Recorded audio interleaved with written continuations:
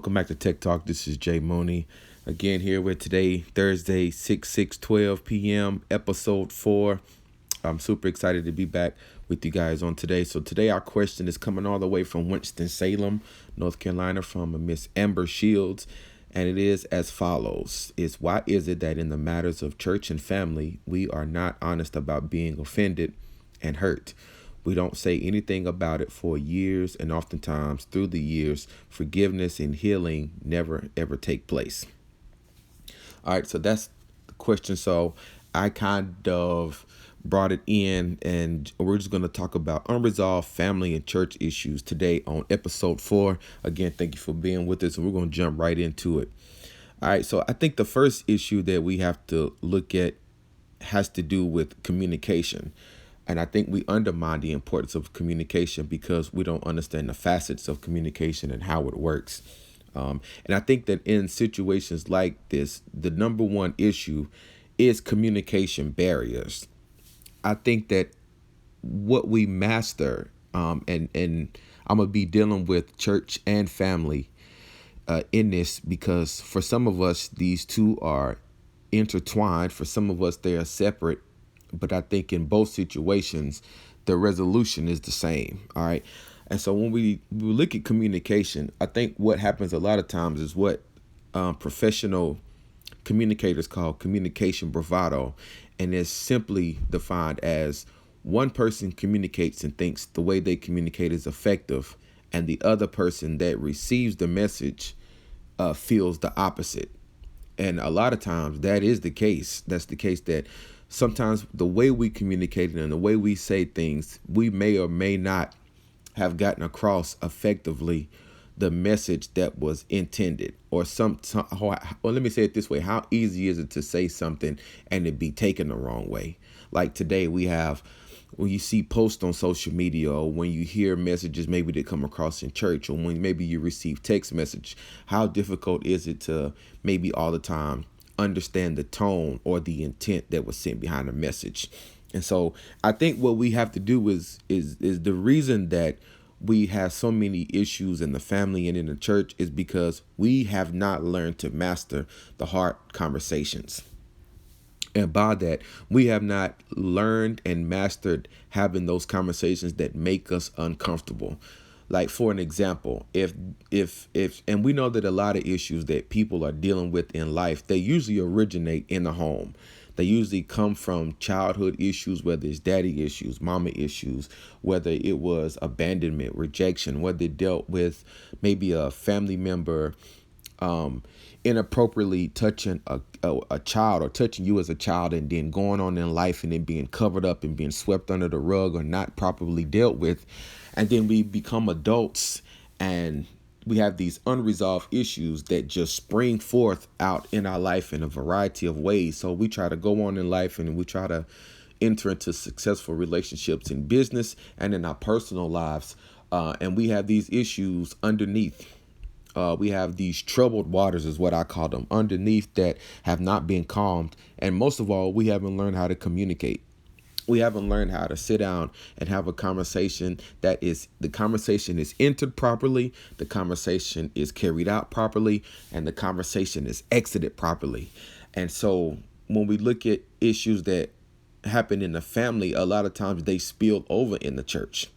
And let me say this, because this is a reoccurring issue that I see a whole lot of time.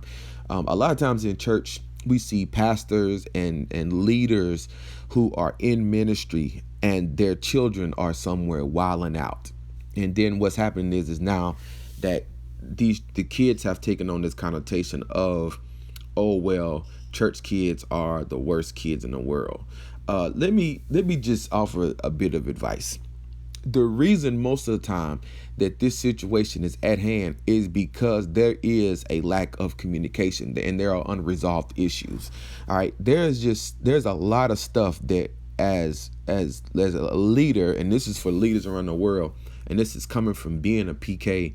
Let me tell you, like, there's some stuff that you can't cast out. There's some stuff you can't cast down. Like, there is some stuff that, and what happens is a lot of leaders, they want to pray over situations that require a conversation. Like there's a lot of stuff that you're going to have to sit your children down, sit your wife down, sit your sisters and brothers down, sit your mom down, sit your boss down, sit that coworker down, sit that friend down, and sit whoever has violated you or who has crossed boundaries that you have set up in your life as a safety net, and let them know, hey, I was offended by this. Hey, this happened and I didn't take well to it. All right. So this is what I mean by having a hard conversation. Let's just take this for an example. Let's just say that you're a PK, right? That's a preacher's kid. Let's say you grew up preacher's kid and you feel like your parents put the church first, or that they spent their whole life spending all the family revenue on the church, and maybe there was no balance, and so you grew up with that in your heart and you never had that conversation. Or let's just say maybe you have an uncle or somebody in your family who couldn't keep their hands to themselves, and so you grew up with this secret. Maybe you told your family, maybe you didn't, maybe you did and they didn't believe you, or maybe they did believe you and covered it up because of the family name. Like, all this kind of stuff is issues that listen, there has to be a conversation about this. Like, there has to be a proper conversation, because when you don't, we sweep this stuff under the rug and this stuff stays in the soil of our life. And so then we grow up and we wonder why people are overly promiscuous. We wonder why people turn to drugs. We wonder why people be strung out, or why people be 15, 20 years and just seem like they can't get their life together.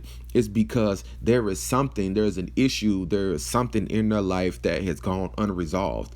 And even when it comes like to church, a lot of times when there's like family churches or things like that, when there's issues that are happening or have happened in the home unresolved.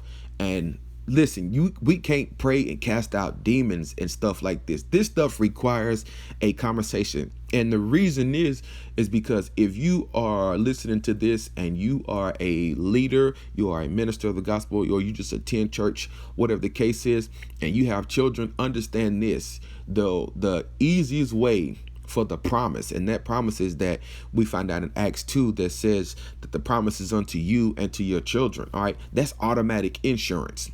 All right, we can cut that time period in half if we will take the opportunity to have those hard conversations with our children. Like, if you know that there was a time that you were struggling and you couldn't be there for your children like that, maybe because you was working, or maybe you weren't there, maybe you were still trying to find love and hadn't found it and was putting your kids aside and dating and doing this, that, and the third, and wasn't there for them like that, have that conversation with them. Because what we'll do is we'll think that the enemy is just running our kids raggedy, or running our husbands or running our wives raggedy.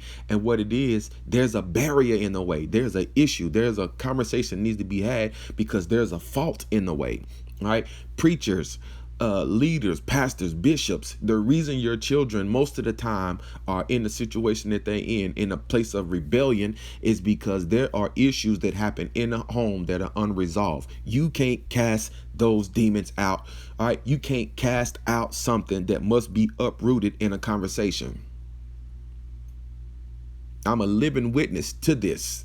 All right. And then the fact that most children, all right, when you try to introduce them to God, the way that they view God is always through the voice that they hear it from first. And if the parents are the first one, then that means that everything that they know about God, all right, will be filtered through the parents. So when there's an issue with the parents, when there's an issue with mom, dad, there's unresolved issues, there's hate, there's bitterness, then what happens is it makes it impossible, no matter how much the individual understands that God is real, or how much the person wants to love, or how much the other person wants to move forward in life, there's always going to be that barrier until it is resolved. So in this case, we have two options. All right.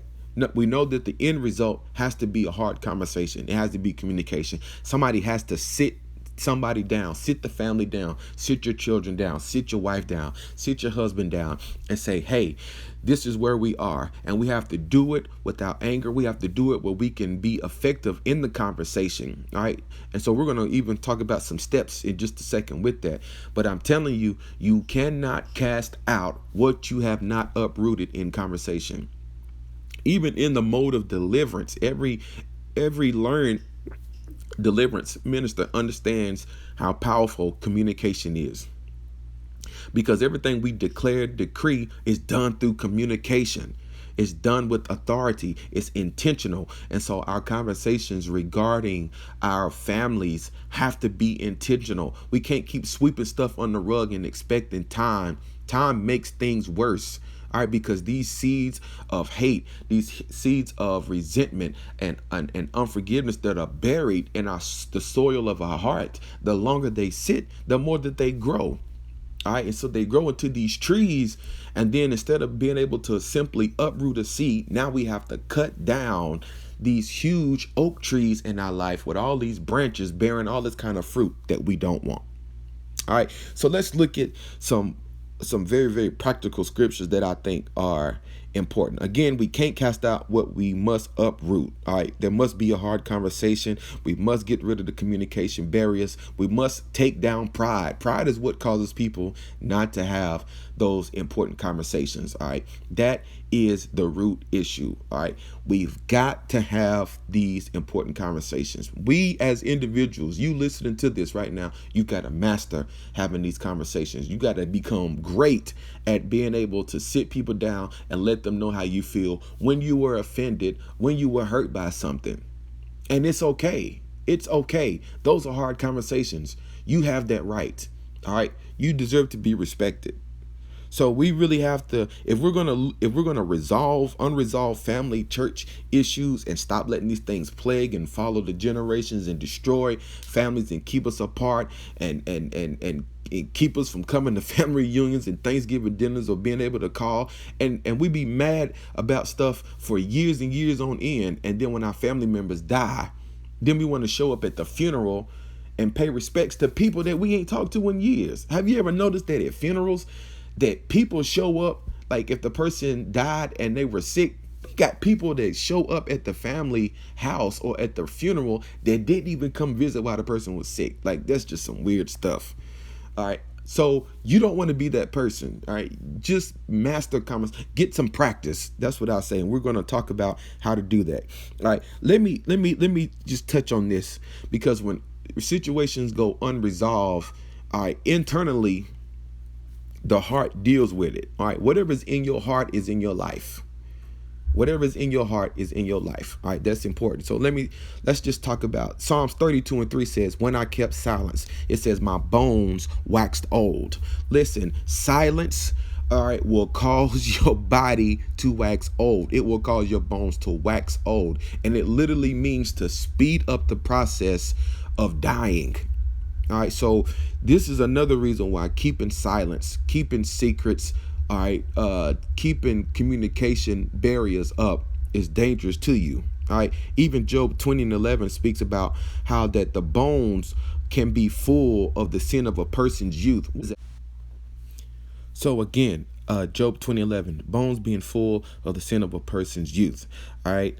This literally lets us know that the bones have the capability of doing what? Housing information, storing information. So even if you don't talk about it out of your mouth audibly, the bones have a record of it. All right, let's look at some other scriptures. Proverbs 14:30 speaks that envy rots the bones. Okay, these secrets, these issues that are in your life that are unresolved, all right, they have the ability to affect how you live. They rot your bones. All right, they rot your bones. Why? Because when we have issues that start off one way, as they grow and progress, they become other things. All right, so maybe it started off as resentment, maybe it started as a disappointment. If it stayed there long enough, it can become anger, it can become bitterness, it can become rottenness, it can become any of those things. All right, let's look at 1 John 2:8-11. It speaks of how even the hates bring you to a form of darkness, and this is the resolution to the matter here. All right. Matthew 18 gives us some details about how we can go about resolving unresolved family and church issues verbatim. All right. Matthew 18:7, verse B, part B says that offenses will and must come. What does this say? This lets us know that, ladies and gentlemen, offenses, stuff will happen. People are going to do stuff to you. Stuff is going to happen. We just have to master and have a plan in place to be able to deal with these matters whenever they come. All right. Verse 15 says this. It says that in the event that a situations happen, it says the first thing you should do is you should go and tell your brother of the fault at hand. All right. So whenever something happens, whenever you offended, whenever somebody does something, like, you can go to them and tell them of the offense. Don't hold it. Don't keep it.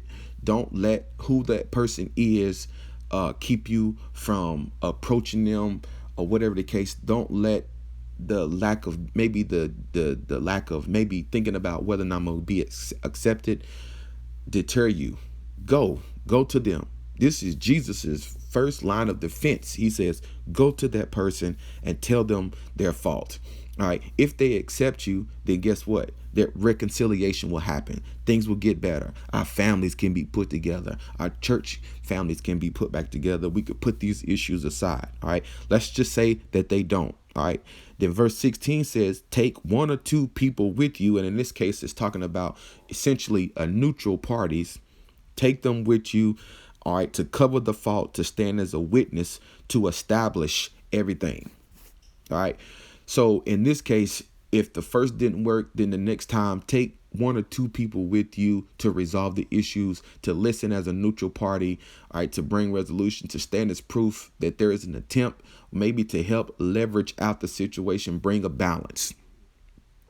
All right. If that doesn't work, then we go on to verse 17. It says, tell it to the church. All right. And after that, consider the person a heathen. All right. So there's 3 steps of resolution that involve communication on all levels. All right. So this last one, speaking of taking it to the church, ladies and gentlemen, that's not talking about stand up in testimony service. All right. When it's talking about taking it to the elders of the church in that context, it's talking about taking it to the elders. All right. So your leaders, you take it to them, you take that person to them. And this is the last line of defense. All right, for unresolved issues or whatever the issues that are taking place at hand. All right. So these involve communication. They involve effective communication. Right. They involve asking important questions. They require complete honesty. No matter how you feel is how you feel. And you never have to be ashamed of that. All right. Because the truth of the matter is the other person could have meant it. They could not have meant it. You know, they may have, the way it came off could have been taken wrong. And that's okay. If you say, hey, I was offended when you said that my shoes were ugly Sunday at church. All right. They may have just been playing. All right. But that's opportunity that you were able to express how you feel. The other person has a chance to realize how you feel. And a simple an apology can take place to bring resolution that can cure the matter. All right. If the situation is more difficult than that, then it's the same thing. You know, you sit down, you contact that person, you say, hey, this is something that I got to do for me. This is something that I have on my heart that I need to resolve. Simple. It's hard, but the method is simple. It's why we need practice. All right. Because it's just too many of us that are walking around with a heart load of unresolved issues. And the quality of our life can be improved if we would simply engage in communication and a must-have hard conversation. All right. And even in that verse that Matthew, at the end of that chapter, Jesus even speaks that people that have unforgiveness become spiritual prisoners, whether they have a right to be in that situation or feel that way or not. All right. So overall, you know, we're looking at how unresolved family and church issues go on for so long, how they affect our family dynamics, how they affect our children, how they affect how we deal with the rest of the world. All right. The home is the garden. It is the production facility of your life. All right. So if you didn't master it in the home. If the mama daddy didn't hardly talk, didn't show no emotion, if mama was always silent and took abuse and took neglect and was cheated on and stayed and all that kind of stuff. Listen, if you saw that stuff, whether you're the child, if you saw that stuff and these issues are still, get them resolved. All right. If the person has passed away, find somebody you can talk to about the situation to get it out. All right. If you're the parent, if you're the wife, the husband, and maybe you got issues with each other, master the hard conversation. Sit down, take your pride down, and talk about what's going on. All right. And it's not about being right. It's about being free. All right. So you got to take down the pride element, because it's not about being right. It's about being free. It's about being able to move on, to resolve the issue and live a better quality of life. All right. Listen, this was a great episode for today, talking about unresolved family church issues, and better yet, it's giving us some practical resolution about how we should go about it. All right. Again, this is Tech Talk. I'm Jamil Mooney. This has been an amazing audio coverage today. I hope this helps. Many of you. Shout out to Amber Shields. And we will see you guys on next week.